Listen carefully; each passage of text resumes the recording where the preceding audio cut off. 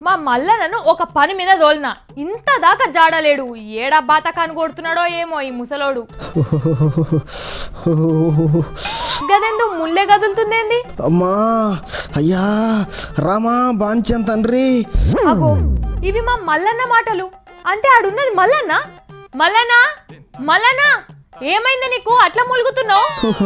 నా వశం అయితలేదు దేవుడా జర బలాన్ని తండ్రి వెంకటేశ హనుమంత అయ్యో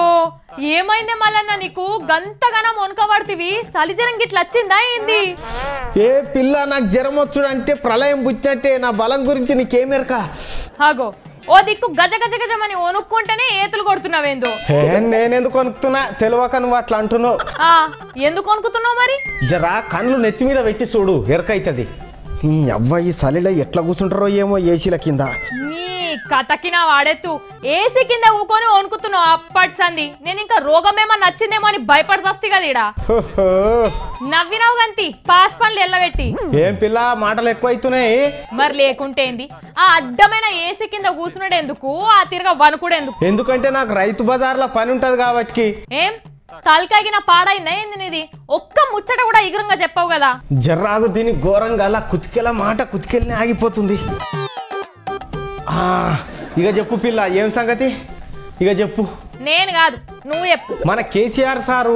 రైతు బజార్లు అన్నిట్లలో ఏసీలు పెట్టిపిస్తానే కదా ఇక ఏసీల కింద కూర్చొని రైతులు చెమట అంటే ఏందో తెలియకుండా కూరగాయలు అమ్ముకోవచ్చు అన్నాడు కదా అవును అన్నాడు అయితే మరి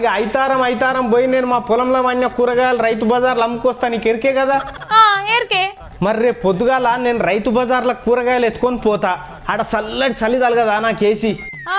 అగో అందుకే ఇప్పుడు ఏసీ కింద కూర్చొని చల్లటి గాడుపు నా ఒంటికి అలవాటు చేసుకుంటున్నా రేపు ఎంత ఏసీ తగిలినా ఏం కాదు కదా ఒంటికి అందుకు నీ తలకాయ్ వచ్చే ఏడాది పండక్కు ఇప్పటికెళ్ళే పూరిల పిండి కలుపుకుంటా కూర్చున్నట్టున్నది నీ కథ గదేంది లేకుంటే ఏంది గా ఏసీ రైతు బజార్లని అనంగానే ఏడుకెళ్ళిన ఊటుకొస్తాయి అనుకుంటున్నావా మరి ఏంది మరి ఇప్పుడున్న రైతు బజార్లు కూలగొట్టాలే కొత్త బంగ్లాలు కట్టాలే దాని నిండా ఏసీలు ఫిట్ చేయాలి ఇగో గింత కతున్నది దానికి అవునా అదంతా అయ్యేపటికి ఇంకా చాలా దినాలు అవుతుంది అద్వార్ దాకా ఆ గాలి డబ్బా కింద గిట్లనే కూసుంటే అప్పటికి ముడ్చుకోపోయి గడ్డగట్టకపోతావు నీ ఇష్టం ఇక నీ ముఖం కానిచి అట్లేం కాదు మీదికెళ్ళి ఇంకా ఏసీల కింద కూర్చుంటే తెల్లగా అవుతారట మనుషులు నేను ఆడికి రాను నువ్వే పో ఇడికెళ్ళి తలకాయల మెదడున్నోళ్ళకైతే ఏమన్నా చెప్పినా సింగారం గాని నీకేం చెప్తా నేను నీ కర్మ